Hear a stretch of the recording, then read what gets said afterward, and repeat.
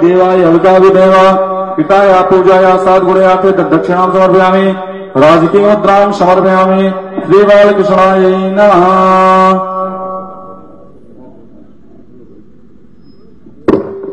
अथ निराजनम्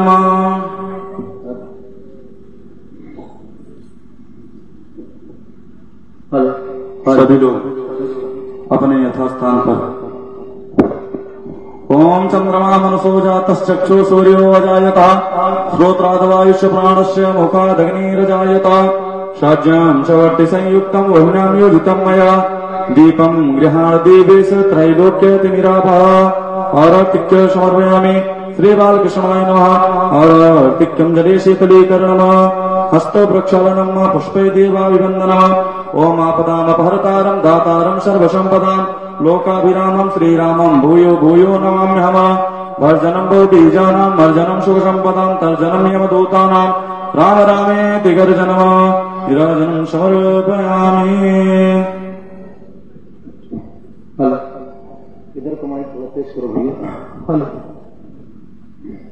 हल हल हल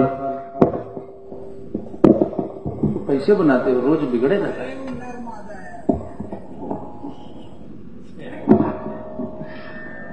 हल हल बोलो भागवत भगवान की जय। ओम हरये नमः। वंशी विभूषित करान्नवनीरदाभात् पीताम्बरादरुणबिम्बफलाधरोष्ठ पूर्णेन्दु सुन्दर मुखादरविन्दनेत्रा कृष्णात् परं किमपि तत्त्वमहं न जाने।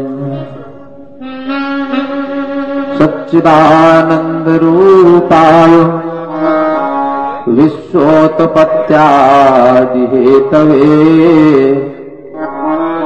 तापत्रयविनाशाय श्रीकृष्णाय वयं नमः।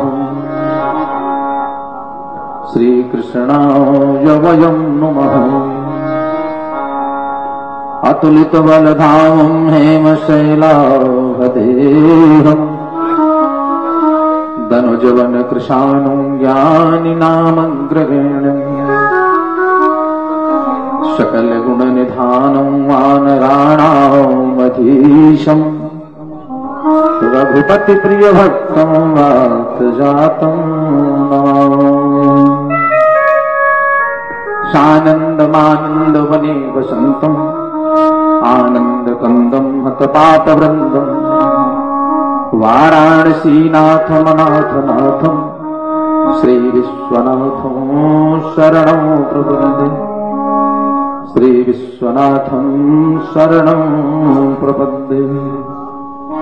पूजन्तं राम रामेति मधुरं मधुराक्षरम् आरुह्य कविताशाखां वन्दे वाल्मीकिकोकिलम्। आपदामपहर्तारं दातारं सर्वसम्पदां लोकाभिरामं श्रीरामम्। अखण्डानन्दबोधाय शिष्यसन्तापहारिणे सच्चिदानन्दरूपाय तस्मै श्रीगुरुवे नमः। तस्मै श्रीगुरुवे नमः।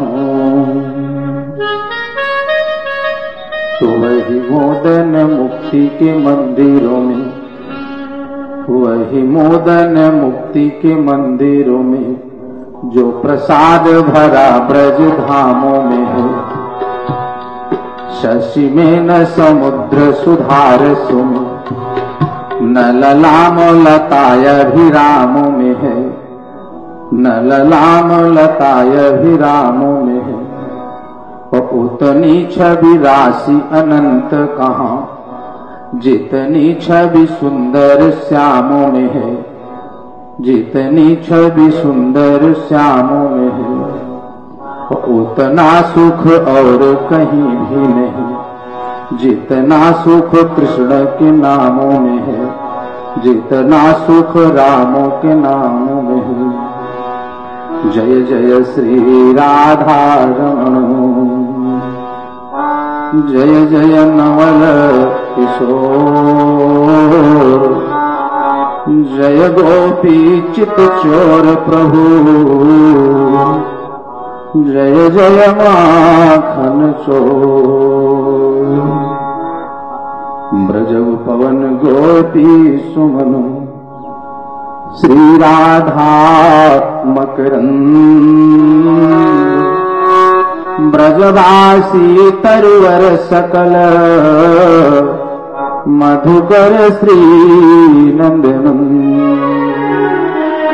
हे पार्थ के सारथी तुम कह कोटि प्रणाम, मेरे मन तुरंग की थामो नाथ लगाऊं, थामो नाथ लगाऊं। पग पवित्र तीर्थ गमन, कर पवित्र दियोदान, हम मुख पवित्र दब होत हूँ, जो बोलो सीताराम। बोलो भागवत भगवान की जय।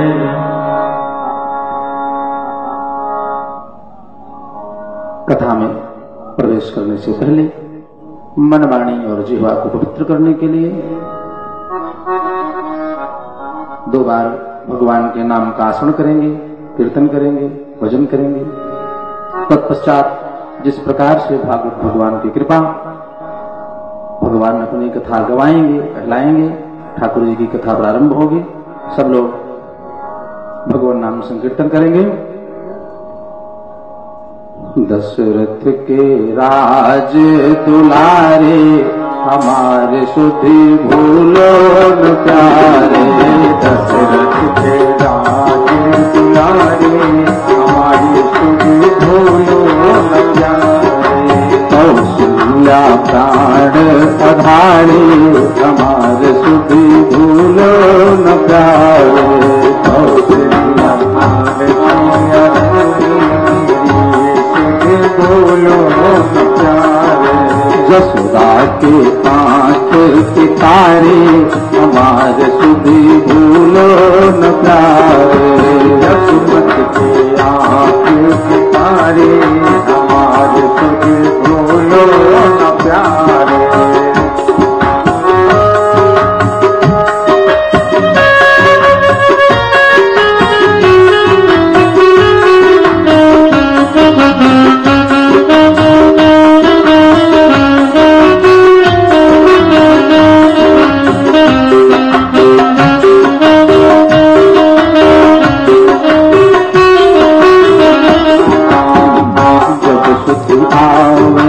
तोहरे गुण में की, जब सुधि आवे तोहरे गुण में की। जब सुधि आवे तोहरे गुण में की, जब सुधि आवे तोहरे गुण में की। नैनन बहत जलधारी, हमारे सुधि भूलो न जाए। नैनन बहत जलधारी, सुधि भूलो न प्यारे। यशोमत के प्राण आधारे, हमारे सुधि भूलो न प्यारे। यशोमत के प्राण आधारे, सुधि भूलो न प्यारे। दशरथ के राज दुलारे, हमारे सुधि भूलो न प्यारे। दशरथ के राज दुलारे, हमारे सुधि भूलो न प्यारे। भूलो न प्यारे, बिसरो न प्यारे। भूलो न प्यारे, बिसरो न प्यारे। कौशल्या प्राण आधारे, हमारे सुधि भूलो न प्यारे।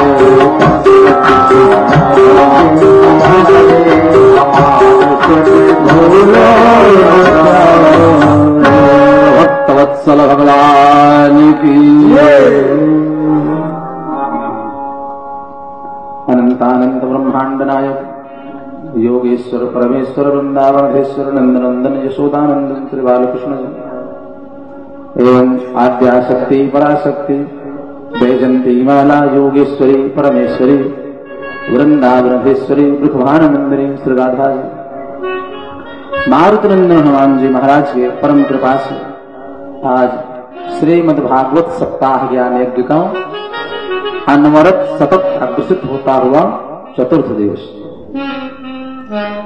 भगवान की ऐसी कृपा, दिन कब बीता रात्रि कब गई पता ही नहीं चला। प्रथम दिवस कथा प्रारंभ हुई, आज चतुर्थ दिवस हो। हम सुखदेव जी कहते हैं राजा परीक्षित, दो लोगों को कथा ज्यादा अच्छी लगती है और दो लोग ज्यादा कथा सुनने भी आते हैं। कौन? और जो रसिक लोग हैं, जो भावुक लोग। और रसिका भूभि भावुका, रसिक और भावुक।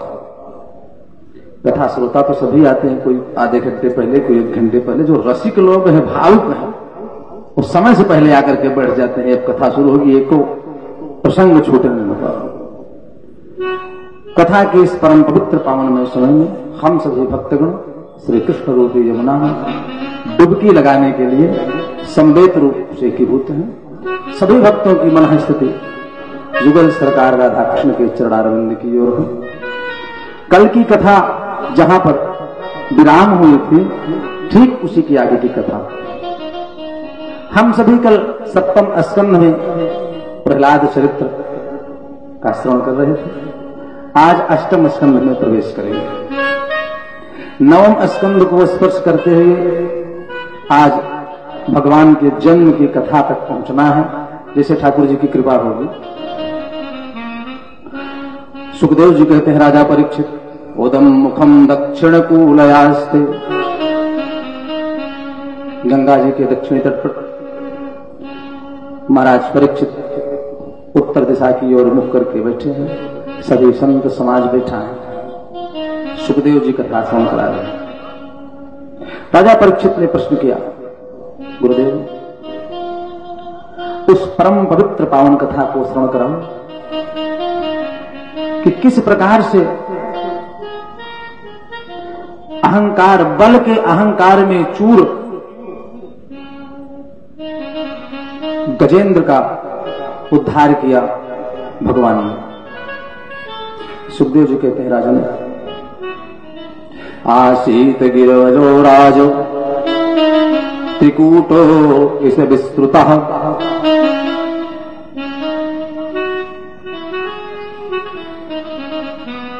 एक त्रिकूट नाम का पर्वत है और उस पर्वत पर एक विशाल सरोवर है।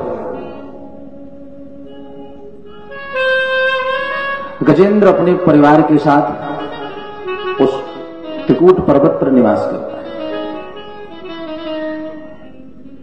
इतना बड़ा परिवार है और पर्वत पर उस सरोवर में, जलाशय में सारी सुविधाएं, बड़ा ही रमणीक स्थल है। गजेंद्र को अपने बल पर अहंकार है, अपने परिवार पर अहंकार है कि हमारा इतना विशाल परिवार है, हमको बहुत सा बल है। सुखदेव जी कहते हैं, राजा परीक्षित पर्वत पर उस सरोवर में गजराज अपने परिवार के साथ विहार कर रहे, स्नान करने के लिए सरोवर में प्रवेश करते हैं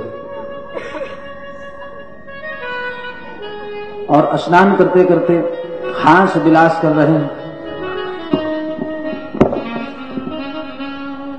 हास विलास कर रहे हैं, अपने सूंड से जल उठाकर एक दूसरे के ऊपर, अपनी पत्नी के ऊपर छोड़ रहे हैं। परिहास हो रहा है। घंटों ये क्रिया चलती रही और उसी सरोवर में रहने वाले एक ग्राहन गजराज के पैर को पकड़ लिया। गजराज के पैर को जब पकड़ लिया तो पहले तो मद है, अहंकार है। और भगवान भी कहते हैं कि जब तक तुम्हें अपने ऊपर भरोसा है तब तक अपना भरोसा लगा, अपने बल का प्रयोग करो। जब थक जाना तब बताना, सुनेंगे तो बाद की। गजराज ने सोचा कि कि छोटा जीव होगा, पैर में लगा होगा, अभी छोड़ करके स्वयं चला जाएगा। अभी हमारे बल के पराक्रम के बारे में उसे अनुभव नहीं, जानकारी नहीं, अपने आप चला जाएगा।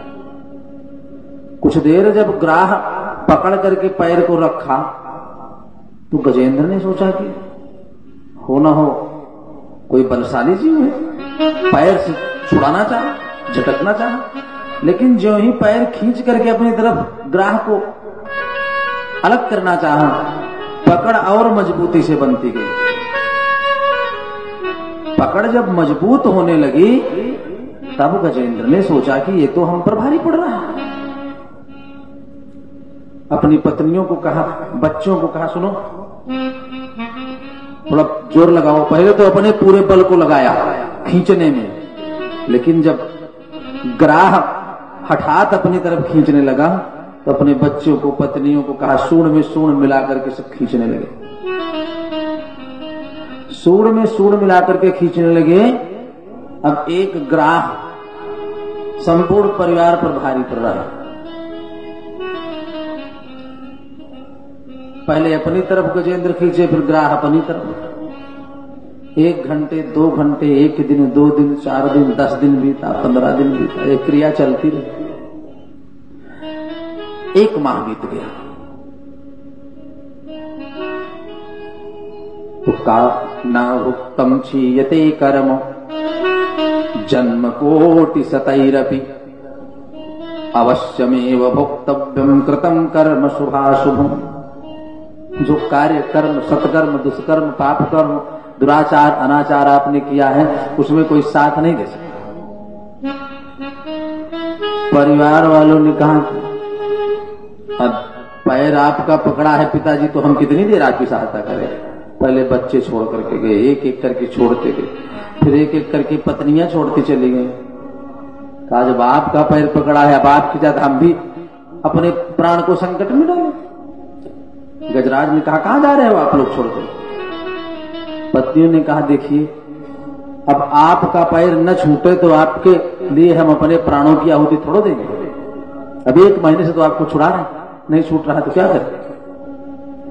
गजराज ने कहा, सुनो, पूरे जीवन आपके पालन पोषण में हमने लगा दिया, आपका पालन पोषण किया, और सब लोग आज हमको छोड़ करके जा रहे हैं। एक भरोसा छूट गया गजराज का। पहले था मेरे पास इतना बड़ा बल, इतना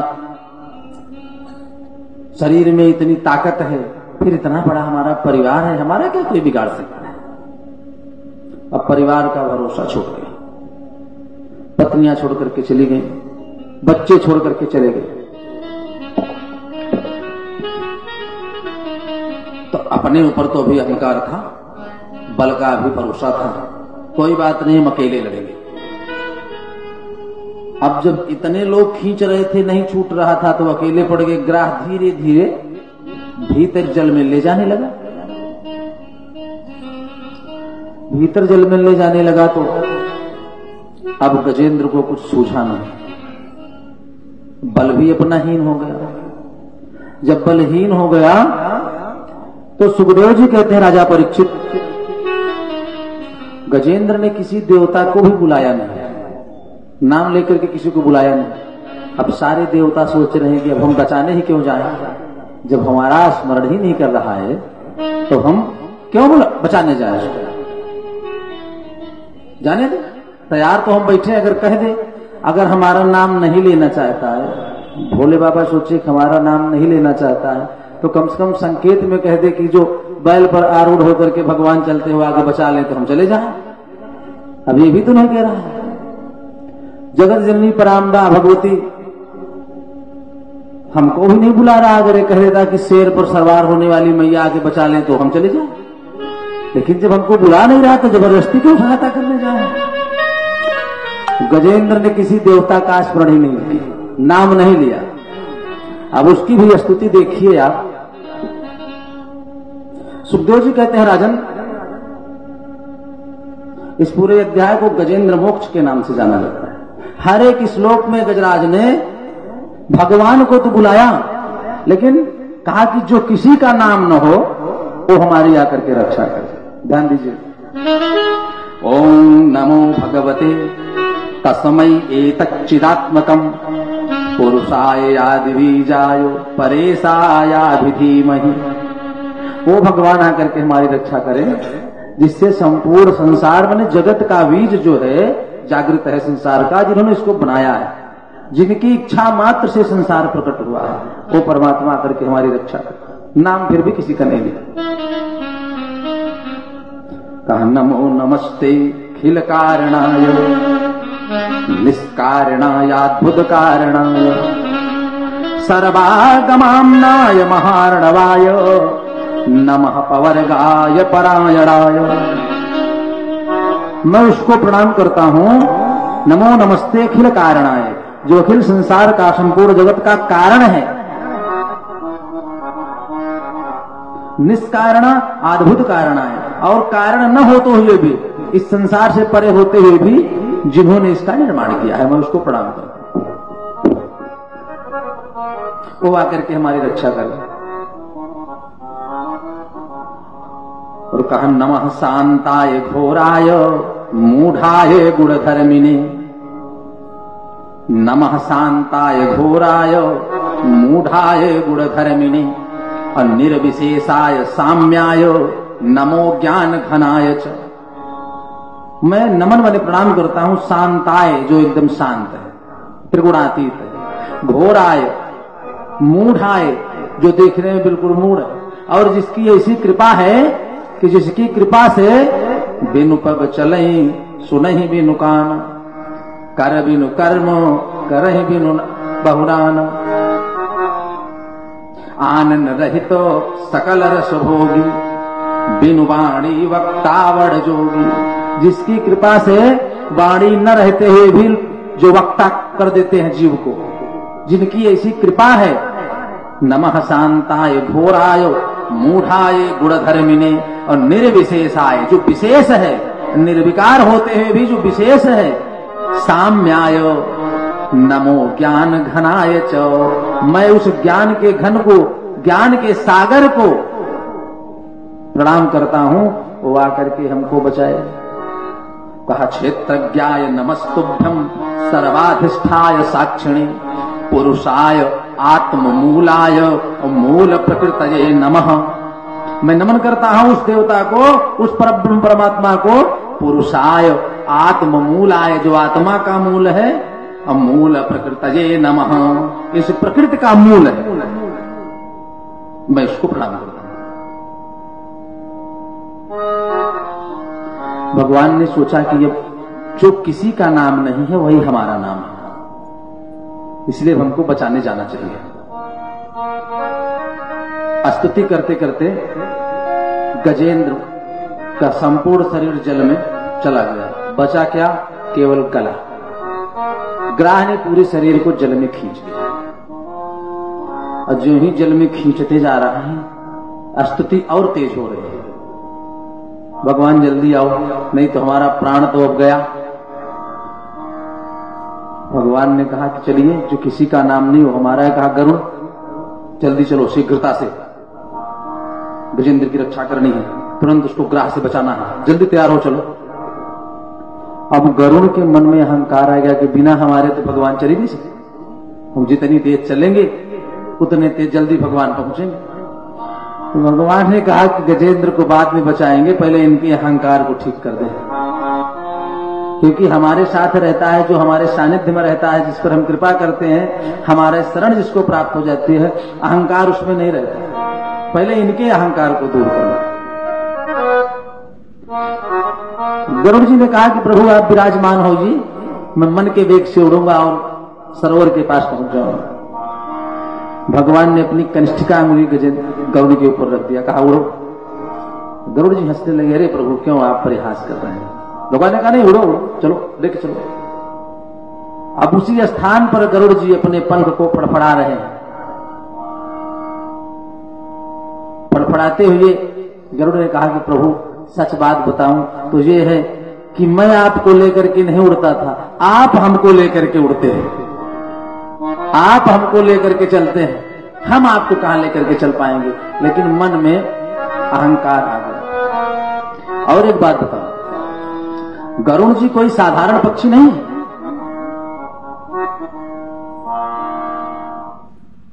खगेश है।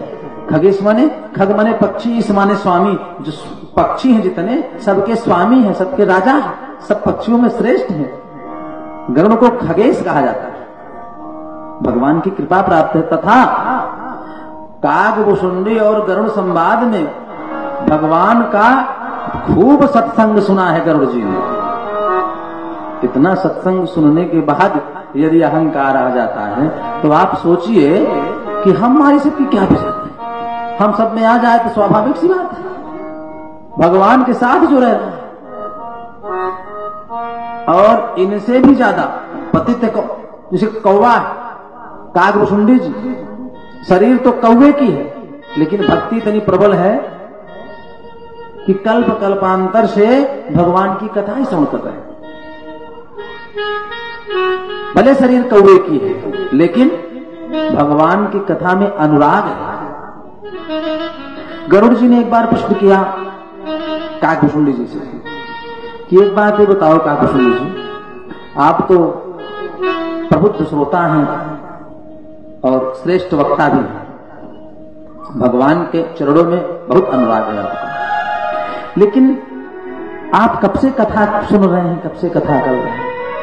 कागभुषुंडी जी ने कहा कि ये नहीं पता है मुझे। तुझे बताइए प्रलय के बाद आप रहते कहाँ हैं, कैसे कहाँ चले जाते हैं, क्या होता है? हे महाराज, प्रलय के बाद जब संपूर्ण सृष्टि समाहित होती फिर भी हम कथा श्रवण कर रहे थे, भगवान के हृदय में विराजमान होते मन में। और आज से हम कथा नहीं कर रहे हैं, आज से कथा न सुना रहे न सुन रहे हैं भगवान। सुनो, यहाँ बसत मोहि सुनु खग ईसा, यहाँ बसत मोहि सुनु खग ईसा, बीते कल्प 7 अरु 20। 27 कल्प हो गया हमको कथा सुनते हुए, 27 कल्प से हम कथा भगवान की सुन रहे हैं।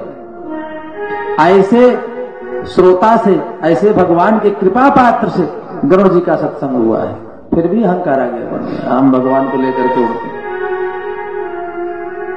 हमसे तेज कौन चल सकता है? भगवान ने कहा पहले गरुड़ जी के अहंकार को छोड़ करना है। जब गरुड़ ने कहा कि प्रभु हम आपको लेकर के नहीं चलते, आप हमें लेकर के उड़ते हैं, सही तो यही है। अब भगवान चले वहां से, कहा? गजेंद्र के पास। अब भगवान के आते आते स्थिति ये हो गई कि मुख गला भी सब जल में चला गया, केवल नेत्र दिख रहा है, थोड़ी सी सूंड दिख रही है बस। अब भगवान चल तो दिए वहां से, लेकिन अभी गजराज के पास पहुंचे नहीं। अब यहां इनकी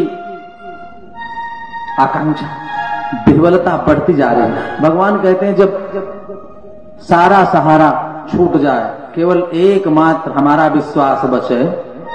द्रौपदी के पास कब तक भगवान नहीं है? जब तक उनको विश्वास था कि हमारे 5 पांडव पति, 5 पति, उनका विश्वास टूटा। कहा पितामह जी सभा में बैठे हैं, ये बचा लेंगे। उनका भी विश्वास टूट गया तो कहा कि इतने सब गुरु द्रोणाचार्य इत्यादि से भगीरथी बैठे हैं, ज्ञानी बैठे हैं, अभी ये लोग तो हमारी सहायता करेंगे।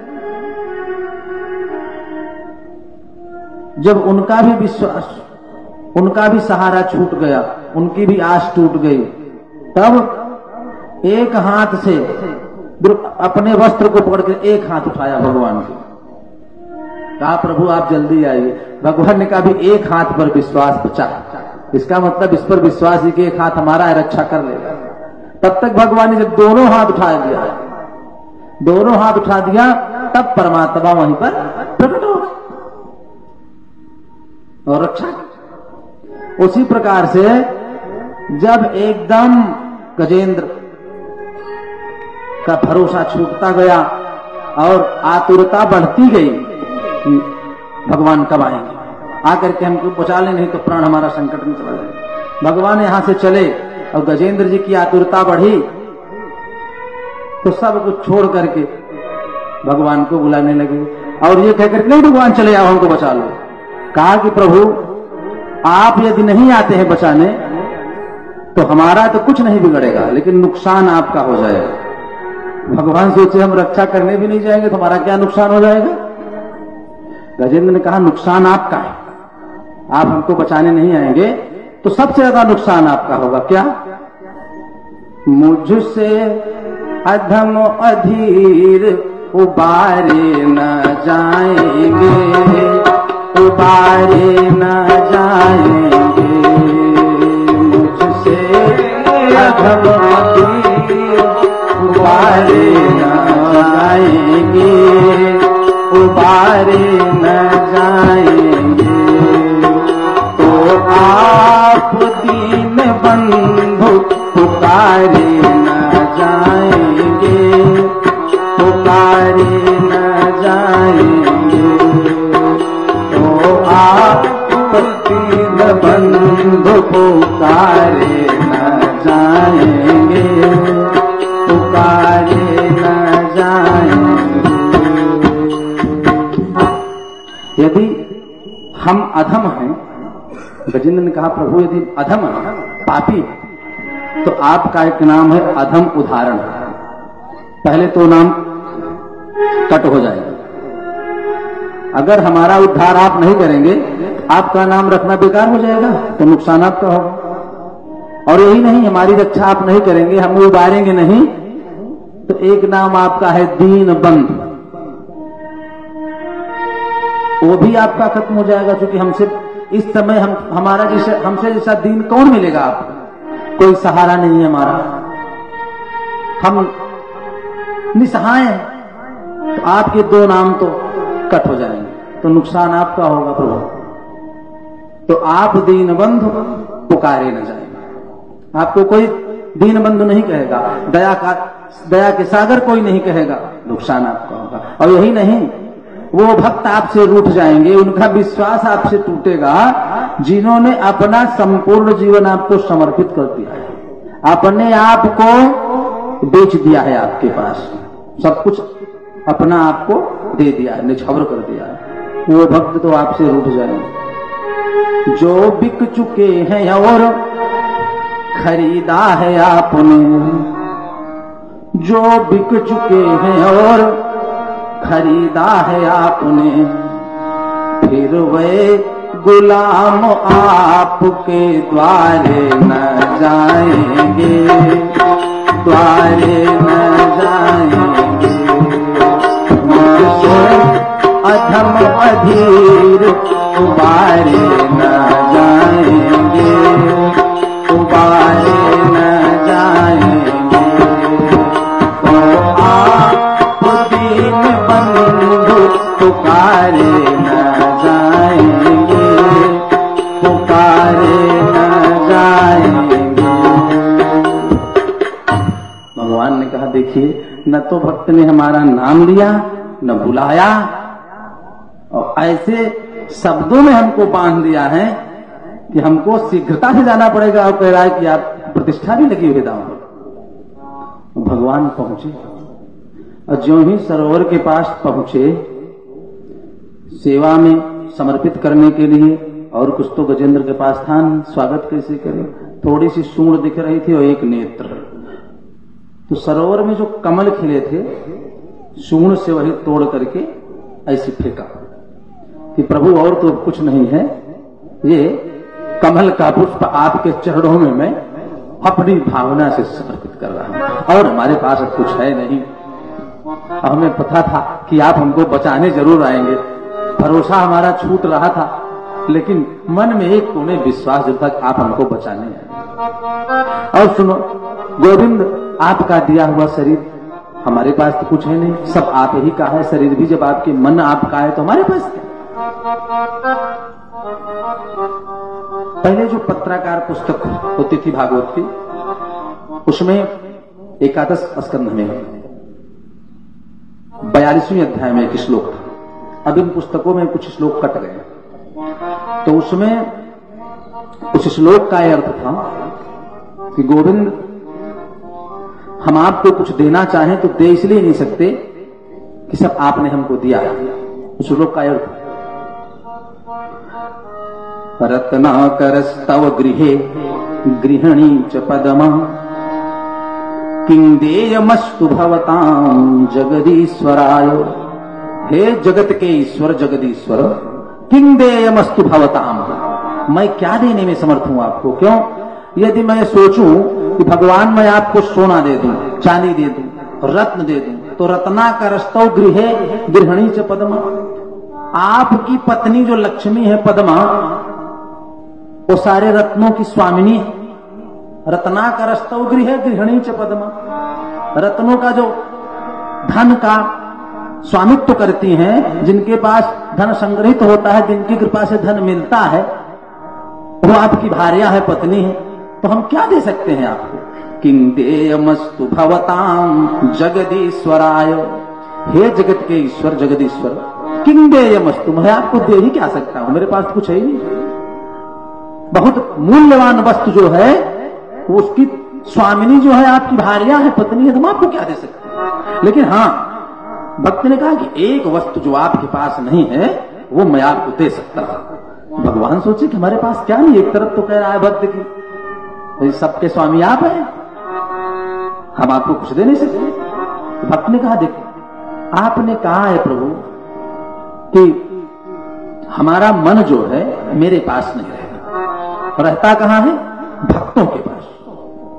हम भक्त पराधीन, हमारा मन भक्तों के पास रहता है, तो मैं आपका प्रिय भक्त हूं, ये मैं मानता हूं। और जब मैं आपका प्रिय भक्त हूं तो आपका मन हमारे पास है, ये सत्य है। जब मैं आपका भक्त हूं तो आपका मन भी हमारे पास है। इसलिए हे गोविंद, आभीरवाम नयना हरित मानसाय, मैं सजल नेत्रों से, गदगद कंठ से, आभीरवाम नयना हरित मानसाय, और दत्तम मनो, आपका जो मन है मैं वो आपको दे रहा हूं। दत्तम मनो यदुपते कृपया गृहाण, आपके मन को मैं आपको दे रहा हूं, ये आप ग्रहण करिए, इसका मुझे अधिकार है। गजेंद्र ने कहा दत्तम मनो यदुपते, आपका जो मन है प्रभु, मैं भक्त हूं आपका, ये मैं समर्पित कर रहा हूं। भगवान बचाने आए थे गजेंद्र को, गज और ग्राह दोनों को निकाल करके बाहर कर दिया। सुदर्शन चक्र से पहले ग्राह का उद्धार किया, फिर गजराज को। ध्यान दीजिए, आगे कथा में श्रवण करेंगे। भगवान जब कृपा करते हैं जिस जीव पर, तो ये तो पक्का है कि वो अपने शरीर को छोड़ करके परम लोक को जाएगा। लेकिन भगवान का भक्त जब कृपा करता है तो ये होता है कि वो परमात्मा के ठीक सामने जाएगा, भगवान के एकदम सानिध्य में रहेगा। सुखदेव जी कहते हैं राजा परीक्षित, भगवान ने गजेंद्र का उद्धार किया। श्राप मिला था, होहुल नाम के गंधर्व थे, और देवताओं के श्राप से ग्राह और गज बन गए थे।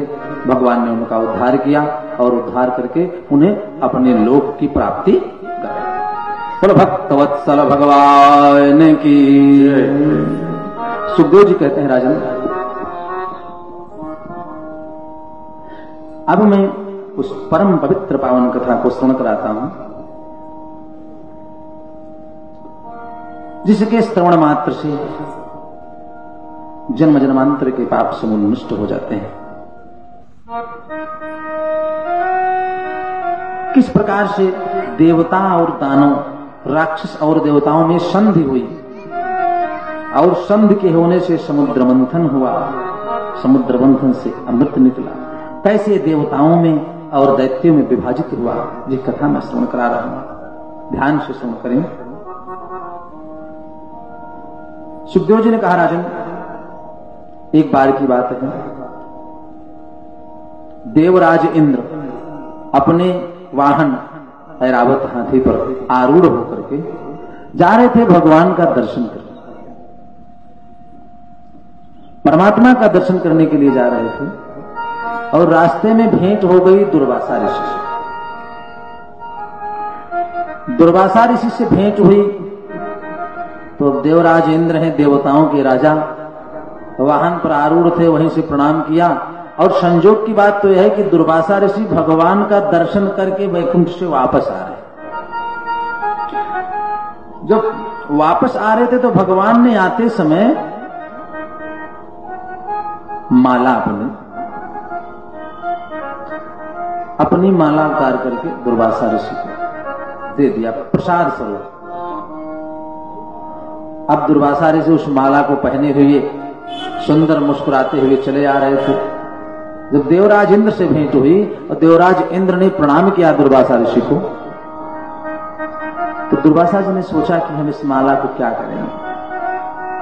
अरे ये देवता के राजा हैं और हम संत को क्या इसकी जरूरत है, मैं इन्हीं को प्रसाद रूप में दे देता हूं, इनके पास रहेगी तो शोभा इसकी बनेगी और देवताओं के राजा हैं इंद्र, इनकी और शोभा बढ़ेगी। कोई बात नहीं, उस माला को निकाला जो भगवान ने दिया, देवराज इंद्र को दे दिया, पहना दिया। अब देवराज इंद्र पहन तो लिए, प्रसन्न हुए और फिर निकाल करके हाथी को पहना दिया। अब हाथी को पहना दिया तो हाथी का स्वभाव उस माला को झटक करके नीचे गिरा दिया और पैर से कुचलती हुई आगे निकल गई। और एक दुर्वासा ऋषि क्रोधी महात्मा तुरंत उन्होंने श्राप दे दिया देवराज इंद्र को, जाओ स्त्रीहीन हो जाओ, लक्ष्मी से हीन हो जाओ। यह कह करके दुर्वासा जी चले गए। मृखा न हो देव ऋषि वांग। यह बात जब दैत्यों को पता चली, दैत्यों को जब पता चली तो सारे दैत्य मिलकर के, उस समय दैत्यों के राजा थे महाराज बलि, सारे दैत्य मिलकर के देवलोक पर आक्रमण कर दिए। युद्ध हुआ और युद्ध में चूंकि देवता को श्राप लगा था दुर्वासा ऋषि का, इसलिए देवराज इंद्र पराजित हो गए, स्वर्ग का आधिपत्य हार गए। हार गए तो मारे मारे फिरने लगे।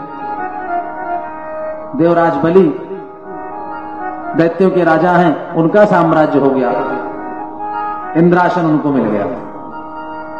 अब सारे देवता बेचारे जब आपत्ति में पड़ते हैं, संकट में, तब भगवान को याद करते हैं। भगवान के पास पहुंचे, भगवान ने कहा देखो इस समय दैत्यों का समय चल रहा है और तुमको ऋषि का श्राप है, इसलिए ऋषि के श्राप को तो मैं नहीं टाल सकता। युक्ति सुनो, जाओ संधि करो देवताओं से, उनसे इस समय जीत नहीं सकते। संधि करो, समुद्र मंथन करो, उस समय से अमृत निकलेगा जो, उसका पान यदि कर लोगे तब दैत्यों को तुम पराजित कर सकते हो, तब तुम दैत्यों को पराजित कर सकते हो, अन्यथा दैत्य तुमसे पराजित नहीं हो सकते। अब दैत्य मानेंगे तब ना कि हम तुम्हारे साथ समझौता करेंगे, समुद्र मंथन करेंगे। देवर्षि नारद को नियुक्त किया, देवर्षि नारद गए समझौता कराने और दैत्यों से कहा कि आप लोग तो श्रेष्ठ हैं, बड़े हैं, ऐसा करते कि समुद्र मंथन किया जाता मिल करके, अकेले यह कार्य संभव नहीं है और अमृत जो निकलेगा बराबर बराबर, आखिर दैत्य और देवता दोनों भाई भाई हैं, कश्यप की दोनों संतानें हैं। महाराज कश्यप को दो पत्नी हैं, दिति और अदिति।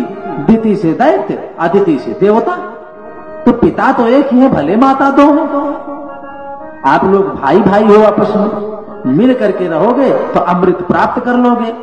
समुद्र मंथन करो। समझा बुझा करके किसी तरीके से देवर्षि नारद ने मनाया, बात बन गई। समुद्र मंथन के लिए देवता और दानव तैयार हो गए।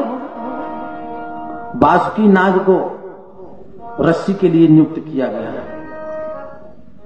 और मंदराचल पर्वत को मथने के लिए। अब जब यह नियुक्त हो गया कि मंदराचल पर्वत से मंथन होगा, वासुकी नाग लपेट करके मंथन प्रारंभ होगा, तो बात यह आई कि मुख की तरफ कौन पकड़ेगा और पूंछ की तरफ कौन पकड़ेगा। तो मुख की तरफ जो पकड़ेगा घर्षण होगा। सर्प में, वासुकी नाग में घर्षण जब होगा तो फुफकार निकलेगी, विष और इतना विषैला सर्प है वो कि उसके फुफकार के सामने जो पड़ेगा वो झुलस जाएगा, मृत्यु को प्राप्त हो जाएगा। तो देवता तो बेचारे वैसे भी डरपोक। फिर देवर्षि नारद दैत्यों के पास गए। तो देवर्षि नारद ने कहा, सुनो एक विसंगति आ गई है। दैत्यों ने कहा, बताइए। कहा, देवता कह रहे हैं कि भाई हम समुद्र मंथन के लिए तैयार तो हैं, लेकिन हम बड़े हैं, इसलिए मुख की तरफ हम पकड़ेंगे। जो बड़ा होता है मुख की तरफ उसी का अधिकार होता है। तो दानवों ने कहा कि बड़े तो हम हैं, हम बड़े हैं, देवता कहां बड़े हैं, वो तो हमसे पराजित हो गए, हारे हुए हैं, मुंह की तरफ हम पकड़ेंगे। अब देवर्षि नारद मन में तो यही चाहते, देखिए मुख की तरफ पकड़ ले। तो देवर्षि नारद ने कहा कि अब देवता मान तो नहीं रहे भैया, लेकिन हम मनाएंगे, आपकी तरफ से हम पैरवी करेंगे, उनको मना लेंगे। चाहते यही थे। आए देवर्षि नारद, बताए देवताओं से कि भैया बात बन गई, मुख की तरफ दैत्य पकड़ने के लिए तैयार हो गए। सब बात बन गई। नाग वासुकी नाग भी तैयार हो गया। सब देवता मिल करके गए। वासुकी नाग ने कहा कि हम मंथन करेंगे तो हमको इसमें क्या मिलेगा, हमारे शरीर को पीड़ा पहुंचेगी। भगवान ने कहा, इस कार्य में अपना सहयोग प्रदान करो, आने वाले युग में आपकी जैसे देवताओं की पूजा होती है, ठीक उसी प्रकार से आपकी भी पूजा की जाएगी, ये मैं आशीर्वाद देता। वासुकी नाग तैयार। अब मंदराचल पर्वत इतना विशाल था कि वहां से आवे कैसे, तो उसको काटने के लिए भगवान को अजित अवतार लेना पड़ा। मंदराचल पर्वत को काट करके लाया गया, समुद्र में स्थापित किया गया। वासुकी नाग ने लपेट लिया पर्वत में, पूंछ की तरफ देवता और मुख की तरफ दैत्य पकड़ लिया। पकड़े और जो ही मंथन प्रारंभ हुआ तो बिना किसी आधार के, इतना विशाल पर्वत है, अब मथानी तो है नहीं कि पकड़ लें आप मथे, इतना विशाल है पर्वत के नीचे समुद्र में डूबने लगा। जब डूबने लगा तो फिर दैत्य देवता मिलकर के भगवान के पास पहुंचे। हरे कहा, प्रभु फिर आप विसंगति आ गई है। भगवान ने कहा, क्या पर्वत डूब रहा है। सुखदेव जी कहते हैं, राजा परीक्षित, उसी समय कृत्वा बपुः कच्छपरूपमद्भुतम्, कृत्वा बपुः कच्छपरूपमद्भुतम्, अप्रविश्यतोऽयं गिरिमुज्जहार।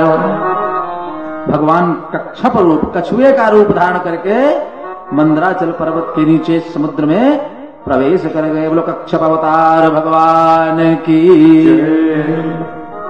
कछुए की पीठ बहुत मजबूत होती है, इसलिए भगवान कच्छप अवतार धारण करके और आसरा सहारा दे दिए मंदराचल को। जब सहारा मिल गया, मंथन प्रारंभ हुआ। जब मंथन प्रारंभ हुआ तो सबसे पहले क्या निकला, विष। विष निकला, हलाहल विष निकला। तो विष का इतना प्रभाव था, इतना तेज विष था कि उसके निकलने से प्रभाव मात्र से दूर दूर तक लोग मूर्छित होने लगे। दैत्य और देवता दोनों घबरा गए। जरा विचार करें, मंदराचल पर्वत, वासुकी नाग, देवता और दानव मंथन कर रहे हैं। इसका आध्यात्मिक अर्थ यह है कि जब इस मन रूपी मंदराचल पर्वत को, ध्यान दीजिएगा, मन रूपी मंदराचल पर्वत को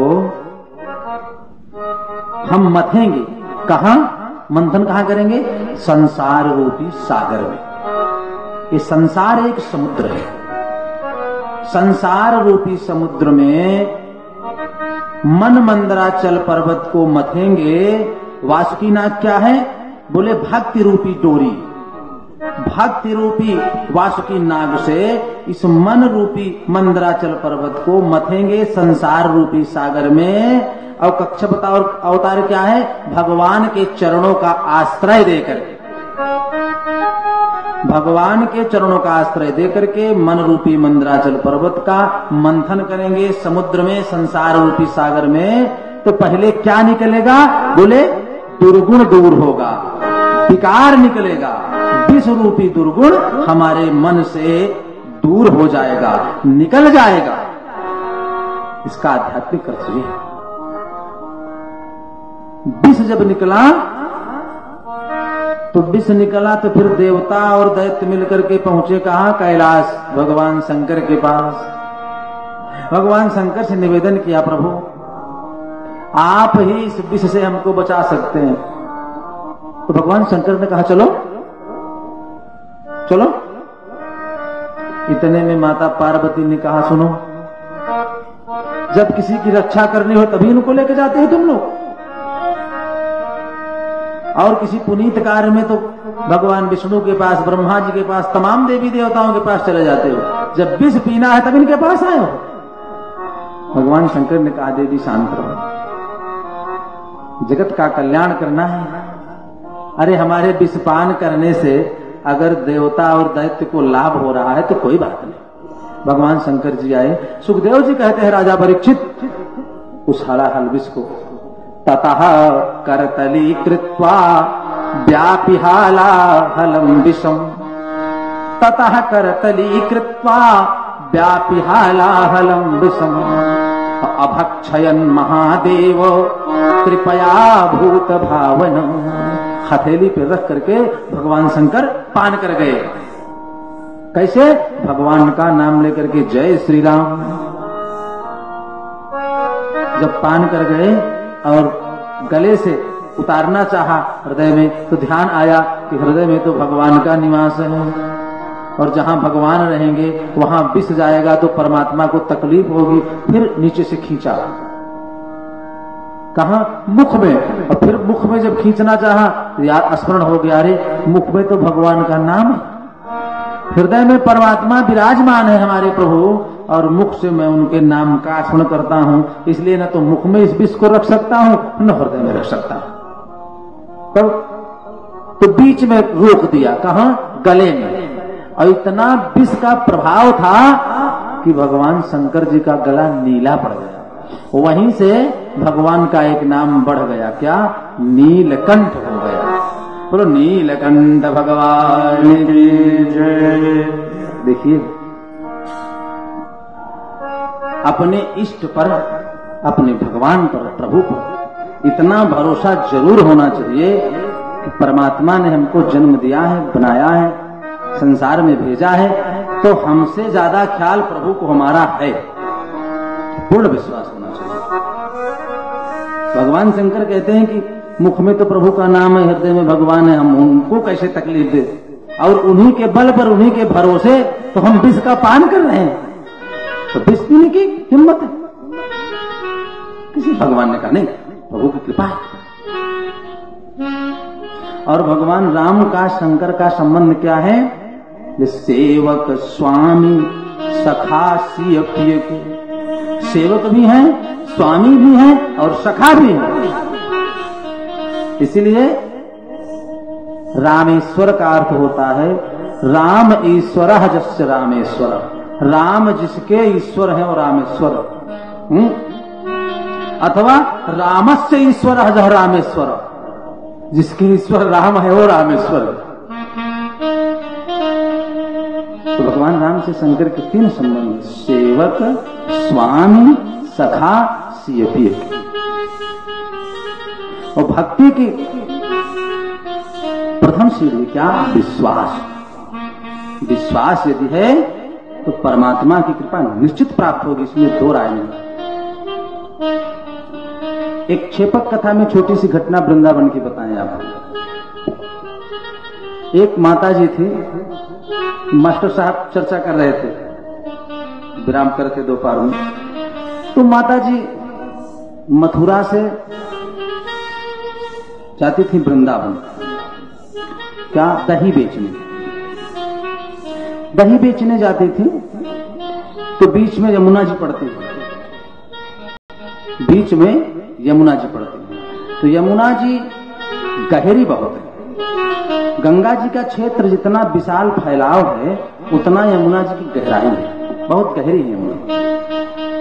तो नाव से जाना पड़ता।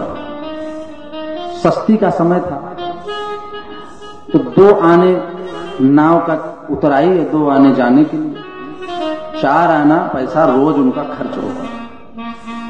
वहां से दही लेके जाएं, वृंदावन गोकुल में बेचें और बेच करके लौटे तो 2 आना जाते समय और 2 आना आते समय, 4 आना पैसा उनका खर्च होगा।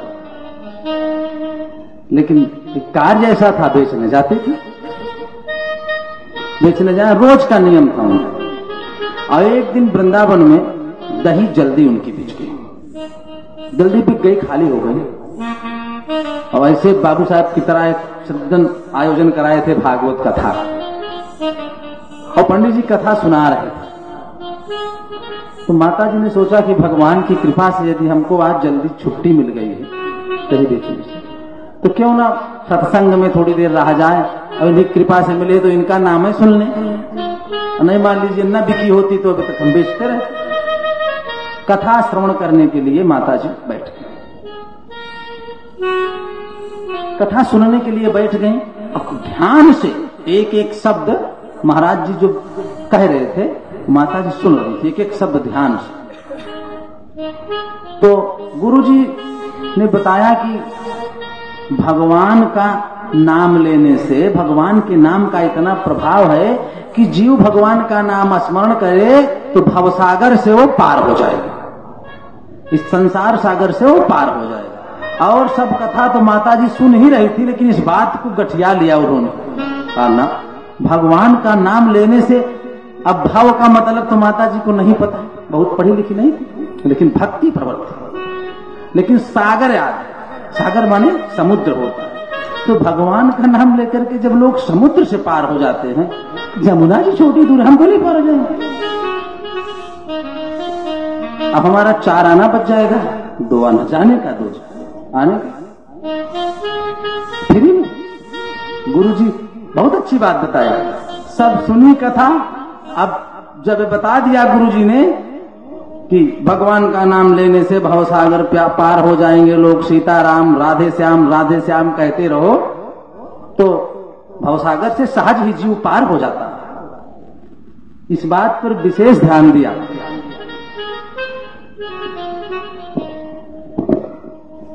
अब माता जी प्रतीक्षा करें कितनी जल्दी आरती हो, कथा विराम हो, हम चले, हमारा 2 आना बचे। समय बीता, सायंकाल हुई, महाराज जी आरती कराई, कथा विराम। अच्छा, जब कथा विराम हो गई, माता जी हैं। अब सायंकाल देर हो गई थी, नाव भी नहीं थी नदी में, बहुत देर हो जाएगी तो नाव वाले वैसे भी नहीं उतारते। आई तो कहा कि नाव है भी नहीं, और ठीक है नाव की जरूरत भी नहीं है। जब इतना बड़ा अस्त्र लेकर के मैं आ रही हूं कि सागर से पार हो जाऊंगी तो यमुना जी में नाव की अब जरूरत है क्या है, भले हुआ नाव चली गई, हम पार ऐसे हो जाएंगे। अब गुरु जी की बात पर बड़ा अटूट विश्वास। देखिए, पहुंची यमुना जी के किनारे, नेत्र बंद कर दिया, और नेत्र बंद करके गुरु जी ने बताया था राधे श्याम राधे श्याम राधे श्याम राधे श्याम स्मरण करते हुए, और यमुना जी से माता जी पार भी हो गई। इतना अटूट विश्वास, पार हो गई, चली गई है। अब उनको तो पूरा विश्वास है, यमुना जी पार हो गई, उस पार गई, फिर आने लगे तो फिर राधे श्याम राधे श्याम। एक मंत्र याद कर लिया, और तो सब भूल गई कथा। एक मंत्र याद था, क्या? राधे श्याम, बस। अब रोज के 4 आने बचने लगे, राधे श्याम कहते हुए चली जाओ, राधे श्याम कहते हुए चली जाओ। 4 आना रुपया रोज जमा होने लगा, और उसको माता जी एक संग्रह करने लगी, 4 आने का रोज। और मन में विचार किया कि भाई गुरु जी ने हमको मंत्र बताया, उनका भी कुछ अधिकार बनता है इस पैसे पर, उनकी कृपा से हमको 4 आने का फायदा हो रहा है, तो उनका भी कुछ अधिकार है।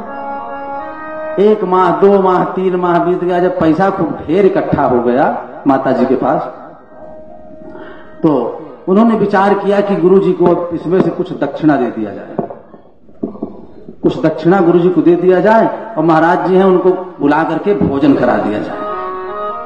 अब उन सज्जन के यहाँ पहुंचे जहां कथा का आयोजन हुआ था। कथा का आयोजन हुआ था तो उनसे पूछा कि महाराज जी कहाँ के हैं। उनसे पूछ करके पंडित जी के घर पहुंच गए। पहुंची तो उनको बताया कि गुरु जी हम आपको भोजन प्रसाद पवाना चाहते हैं, आप बताइए किस दिन भोजन प्रसाद ग्रहण करने हमारे यहाँ आप चले। तो पंडित जी ने कहा कि माता जी अभी तो व्यस्तता है, अभी कथा और लगी है और कार्यक्रम चल रहा है, आप रुकिए हम आपको तारीख बताएंगे। तारीख बताया माता जी को पंडित जी ने, निश्चित हो गई। तो कहा कि आना कहाँ है। पंडित जी ने पूछा कि आना कहाँ है। माता जी ने कहा कि गुरु जी आप परेशान हो जाएंगे, हमारा घर जमुना उस पार है। हम भोजन के दिन जो है, जिस दिन प्रसाद ग्रहण करना है, मैं आऊंगी स्वयं और आपको लिवा चलूंगा, तब आप भोजन प्रसाद लेना, चिंता करने की बात नहीं। खूब प्रातः काल उठी माता जी, सब नित्य क्रिया से निवृत्त होकर के पहुंची जमुना जी के किनारे और राधे श्याम करते हुए पार हो गई। आई जो आई तो पंडित जी को कहा कि महाराज एकदम तैयार बैठे थे, धोती कुर्ता गमछा लिए, चंदन लगाए, माला पहने, एकदम तैयार थे कि अब चले भोजन प्रसाद लेना है। और माता जी ने बता दिया था कि आपकी कुछ दक्षिणा भी मिलेगी। पंडित जी सोचे चलो दक्षिणा मिल जाएगी, भोजन भी मिल जाएगा, दोनों काम आज फिट होगा। चलो एकदम तैयार बैठे थे, कुबरी उबरी लिए पंडित जी। माता जी कहा चलो आगे आगे, माता जी पीछे पीछे पंडित जी। अब आए तो जहां नाव लगती है वहां माता जी नहीं जा रही हैं, इधर चली जा रही हैं। अब उससे नाव से उनसे क्या मतलब, रोज इधर घाट से उतरती थी। किनारे पहुंच गई। किनारे पहुंची तो कहा महाराज चलो। अब पंडित जी ने सोचा कि इधर से क्यों जा रही है, नाव तो यहाँ है, होगा भाई कोई विशेष नाव होगी या ना हो सकता है इधर ही आवे अभी बुलाने पे। अब किनारे पहुंच गए तो माता जी ने हाथ पकड़ लिया पंडित जी का, कहा महाराज चलो।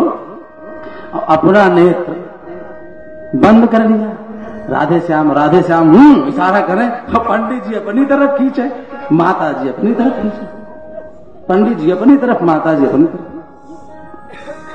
और राधे श्याम बोलना बंद कर दे तो जमुना जी में डूब जाए। और पंडित जी को बात पता नहीं थी। थोड़ा पीछे आई माता जी और कहीं सुनो आप चलो। गुरु जी सोचे कि हमको ले जाकर के डुबो देगी क्या, हमको ले जाकर जमुना में डुबो देगी क्या। तो अब और तो कुछ न बोले, लेकिन अब भगवान का नाम भी नहीं छोड़ सकती, नहीं तो जमुना जी में डूब जाएंगे। किनारे खड़ी हैं, उधर गहरा पानी था। और माता जी जोर से बोलने लगी और गुरु जी को भी कहा गुरु जी बोलो राधे श्याम, गुरु जी बोलो राधे श्याम, गुरु जी बोलो राधे श्याम, गुरु जी बोलो राधे श्याम।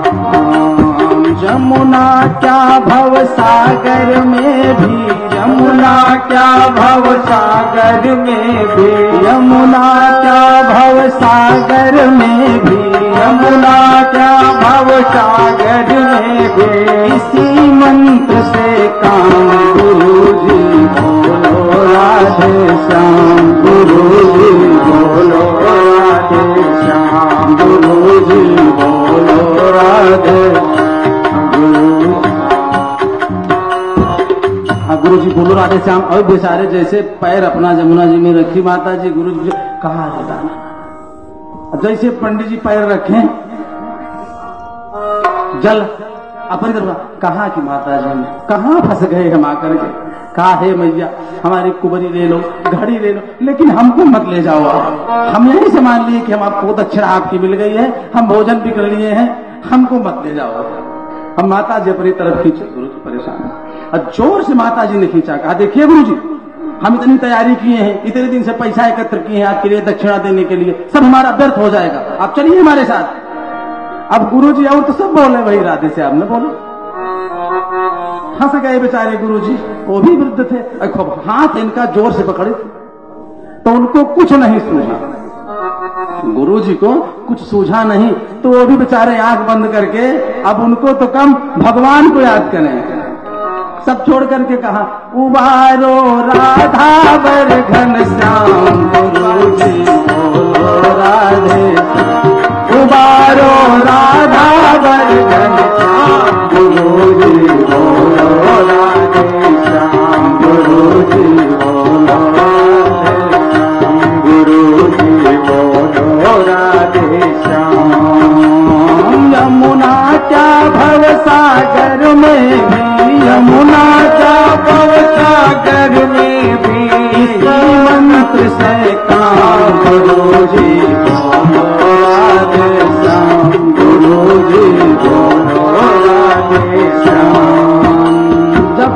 कहा उबारो राधा वर घनश्याम, अब हमको बचाओ, तो वो भी पार हो गए बेचारे, डूबे नहीं।